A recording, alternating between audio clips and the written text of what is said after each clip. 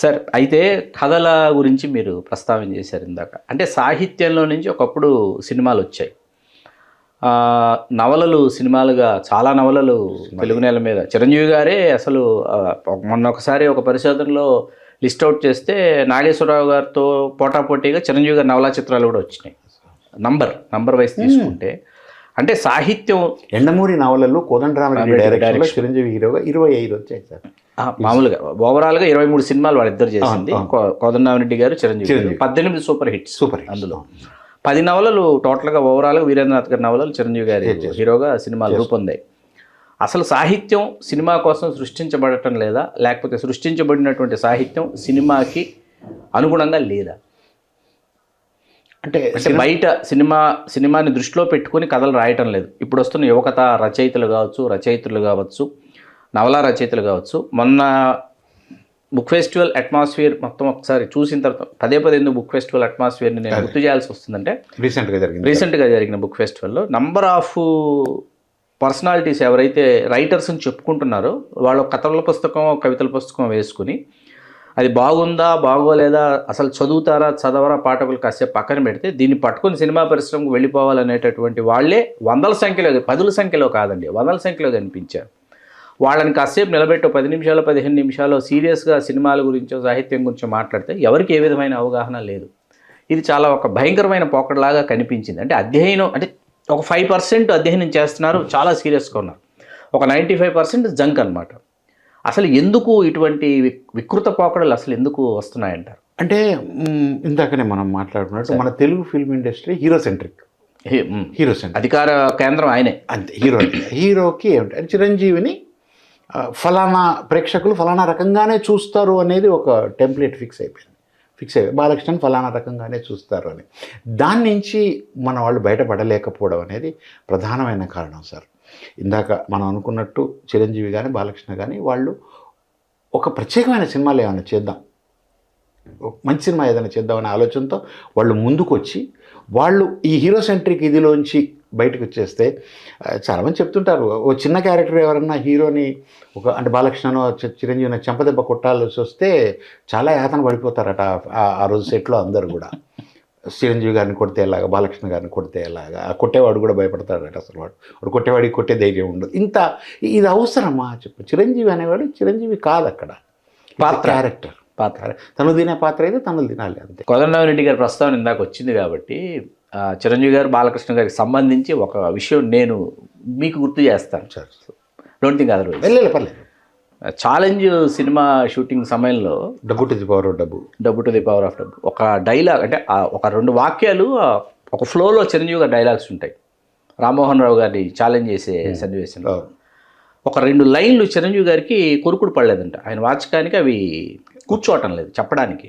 ఆయన ఆలోచించి కోదండరామరెడ్డి గారిని పిలిచి, సత్యమూర్తి గారు అక్కడే ఉన్నారు, ఆయన డైలాగ్ ఈ దేవిశ్రీ ప్రసాద్ వాళ్ళ నాన్నగారు ఫాదర్, ఇది ఏమన్నా మార్చమని చెప్తావా సత్యమూర్తి గారికి? మారిస్తే చెప్పగలను, ఇది ఎందుకో నాకు ఎక్కడో కొంచెం ఇది కొరుకుడు పట్టలేదు అంటే వెంటనే కోదండరామరెడ్డి గారు సత్యమూర్తి గారిని అడిగారంట. నేను ఎందుకు రాశానో నాకు తెలుసు. ఆ డైలాగు చిరంజీవి చెప్తే హాల్లో రెస్పాన్స్, ఆ ఆడిటోరియం రియాక్షన్ ఎట్లా ఉంటుందో నాకు తెలుసు. దాన్ని నేను దృష్టిలో పెట్టుకొని రాశాను, తనని చెప్పమను, దట్స్ ఆల్ అన్నాడంట. కోదండరామరెడ్డి గారు విన్నావు కదా అన్నట్టు చూశారంట. కష్టపడి కాసేపు టైం తీసుకుని ఓన్ చేసుకుని చెప్పిన తర్వాత అసలు ఎక్స్ట్రాడినరీగా హాలో రియాక్షన్ ఆ తర్వాత అలాగే ఉంటుందంట. నారి నడుమురా అడిగాను నేను కోదండరామరెడ్డి గారు. ఆయన అడిగింది ఏంటంటే, సార్ హీరో లేకుండా అరగంట క్లైమాక్స్ ఏంటి సార్ అని అడిగాను. బాలకృష్ణ ఉన్నాడండి క్లైమాక్స్లో, బాలకృష్ణ ఉన్నాడు. అరగంట సినిమా నడుస్తుంది, no fight, no climax fight. అంటే ఆ కథ అలా కావాలని అడుగుతోంది. అలా కావాలి, అలా చెయ్యాలి అని అంటే హీరో కనిపించకూడదని నేను, నిర్మాత, రచయిత అందరూ కూడబలుక్కొని నిర్ణయించుకొని బాలకృష్ణకి చెప్పి చేశాము. అలా అంటే వీళ్ళేంటంటే వీళ్ళని కమాండ్ చేసేటటువంటి రైటర్సు, డైరెక్టర్సు, ప్రొడ్యూసర్సు వాళ్ళు ఉండటం వల్ల సాధ్యమైంది. సాగర సంగమం క్లైమాక్స్ కూడా విశ్వనాథ్ గారు ముందు అనుకున్న క్లైమాక్స్ అది కాదు. ఏడిది నాగేశ్వరరావు గారు ససేమిరా ఆ క్లైమాక్స్ చేయడానికి నేను ఒప్పుకోవాలి. విశ్వనాథ్ గారు అనుకున్న క్లైమాక్స్, ఇప్పుడు మనం చూస్తున్న క్లైమాక్స్ ఆ తర్వాత విశ్వనాథ్ గారు రాసింది. అంటే వీళ్ళ మధ్య ఇంత అండర్స్టాండింగ్ ఉండేది. ఇప్పుడు అసలు ఎవరిని కంట్రోల్ చేస్తున్నారో తెలియటం లేదు, ఎవరిని. ఉదాహరణకి నేను ప్రసెంట్ సినిమాలో చదివిన తర్వాత నాకు పింక్ సినిమా రివ్యూ, మీరు వకీల్ సాబ్ గురించి రాయబోతూ మొత్తం పింక్ గురించే రాశారు. అసలు వకీల్ సాబ్ గురించి నేను ఏం రాయలేదు. రివ్యూ మాత్రం వకీల్ సాబ్ ఏ కీలుకి ఆ కీలు విరిచేసావా సాబ్ అని పెట్టి మీరు పింక్ గురించి రాశారు మీరు మొత్తం. ఎందుకు పింక్ గురించి రాశారు మీరు?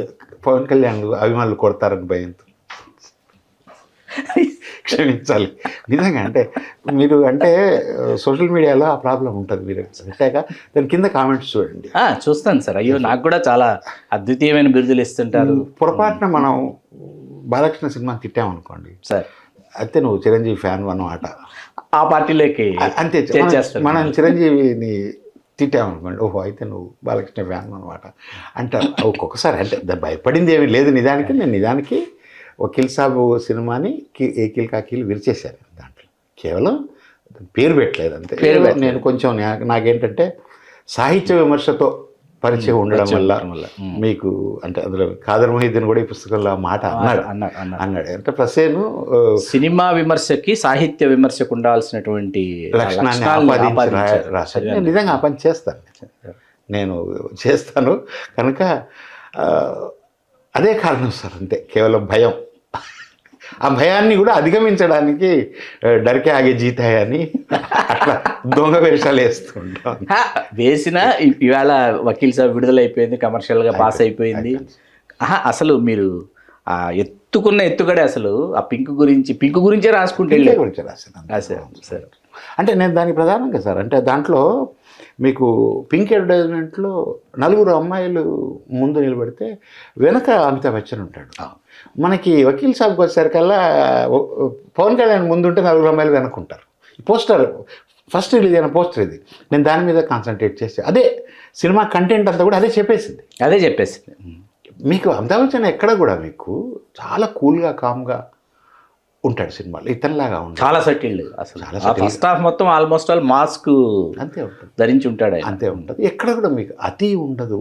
నేనేదో చించేయబోతున్నాను, చెరిగేయబోతున్నాను, ఈ అమ్మాయిని కాపాడబోతున్నాను, వీళ్ళకి జీవితం ఇవ్వబోతున్నాను అనే సెన్స్ ఎక్కడ ఉండదు. వకీల్ సాబ్లో మీకు అది కనబడుతూ ఉంటుంది, అడుగడుగునా కనబడు. అంతే. దానివల్ల కోపం వస్తుంది. ఖచ్చితంగా కోపం రావాలి, ధర్మాగ్రహం చెందడంలో తప్పైనా. మీకు పింక్కి ఒకే ఒక్క లైన్ అండి అది, అంటే if she says no it's no. అదే లైన్, అదే సినిమా అదే. మీకు వకీల్ సాబ్లో అది కనపడదు, థీమ్ అదే. వకీల్ సాబ్లో కూడా థీమ్ అదే, కానీ ఈ లైన్ కనపడదు మీకు. అమ్మాయి కాదు అన్నది అంటే కాదు అని అర్థం. ఎవరు చెప్పినా, ఎవరు కాదన్నా కాదు, అదే సోల్.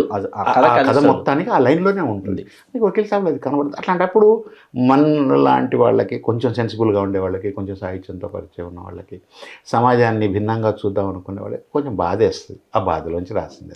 నాకేం పవన్ కళ్యాణ్ మీద కోపం ఏం లేదు. ఎవరికి ఉంటుంది సార్ కోపం? ఎందుకు ఉండాలి చెప్పండి? వాళ్ళు చేయగలిగి ఉండి చేయలేకపోతున్నారనే ఒక ఆవేదన, బాధ మనకి. అంత శక్తివంతమైన మాధ్యమంలో వాళ్ళు శక్తివంతమైనటువంటి కథానాయకులుగా అభిమానులు వాళ్ళని ఆరాధిస్తున్నప్పుడు వీళ్ళు చేస్తే ఇంకా బలంగా ఉంటుంది, ఇంకా గొంతుక వినిపిస్తుందని మనం ఆశిస్తాం కదా. అది చేయనప్పుడు మన కోపం వస్తూ ఉంటుంది. సార్ ఒక్కసారి ప్రీవియస్ డేస్లోకి వెళ్తే, మీరు డాక్టర్ వైఎస్ రాజశేఖర రెడ్డి గారిని చాలా అద్భుతమైన ఇంటర్వ్యూస్ చేశారు. రాజశేఖర రెడ్డి గారితో కలిసి మీరు ప్రయాణం చేశారు ఓదార్పు యాత్రలో. ఒక్కసారి అనుభూతులు, అనుభవాలు. వరంగల్ జిల్లా పాదయాత్ర అప్పుడు సార్ అంటే ఎంతో అద్భుతమైన అనుభవం అది నిజానికి. అంటే అంటే చాలామంది రాజకీయ నాయకులు కానీ, చాలామందిని కానీ మనం దూరం నుంచి చూసినప్పుడు ఒకలాగా అనిపిస్తారు, దగ్గర నుంచి చూసినప్పుడు ఒకలాగా అనిపిస్తారు. రాజశేఖర రెడ్డి అంటే నాకు ఎప్పుడు పెద్దగా ఏమీ ప్రేమ లేదు, కానీ అక్కడ ఆయన వ్యక్తిత్వం కానీ, ఆయన వ్యవహరించే పద్ధతి కానీ అవన్నీ కూడా భిన్నంగా అనిపించాయి నాకు. నేనైతే ప్రధానంగా ఒకరోజు ఇట్లానే బ్రేక్ఫాస్ట్ చేస్తున్నప్పుడు అప్పుడు ఎమ్మెల్యే అభ్యర్థుల లిస్ట్ తయారు చేస్తున్నాడు ఆయన. ఓకే. దాని క్లోజ్డ్ సెక్టర్ మేమే ఉన్నాం, 3 సీనియర్ జర్నలిస్టులము, ఆయన ఉన్నారు, ఇంకొకళ్ళు 2 ఎవరు ఆయనకి, వైఎస్ గారికి. డిస్కస్ చేస్తున్నప్పుడు లెక్కలు వేస్తున్నారని, ఏ కులం వాళ్ళు ఎవరు, ఏ మతం వాళ్ళు ఎవరు, ఎంతమందికి ఇచ్చాం, బీసీలకు ఎన్ని ఇచ్చాం, ఎస్సీలకు వేస్తే అంటే నేను ఆయన అన్నాను, సార్ ఇంత లెక్కలేసుకొని ఇట్లా అవసరం, అది అట్లా లేకుండా ఇవ్వలేరు సార్ అంటే, ఇవ్వగలం, ఎందుకు ఇవ్వలేము, సీఎంకి డైరెక్ట్ ఎలక్షన్ పెట్టమను. నేను అప్పుడు అసలు ఇవేం పట్టించుకోను నేను అన్నాడు. నిజంగా అది ఒక మంచి అబ్జర్వేషన్. అంటే వీళ్ళందరూ గెలిస్తేనే తను సీఎం అవుతాడు. కనుక తను సీఎం కావాలంటే వీళ్ళు ఎవరెవరు గెలుస్తారో, ఎక్కడైతే ఎట్లా గెలుస్తారో లెక్కలు వేసుకోవాలి. అవి కానప్పుడు ఆయనకి చంద్రబాబు నాయుడుకి డైరెక్ట్ ఎలక్షన్ పెట్టారనుకోండి, కింద ఎవరు గెలిచినా ఆయన ముఖ్యమంత్రి అవుతాడు.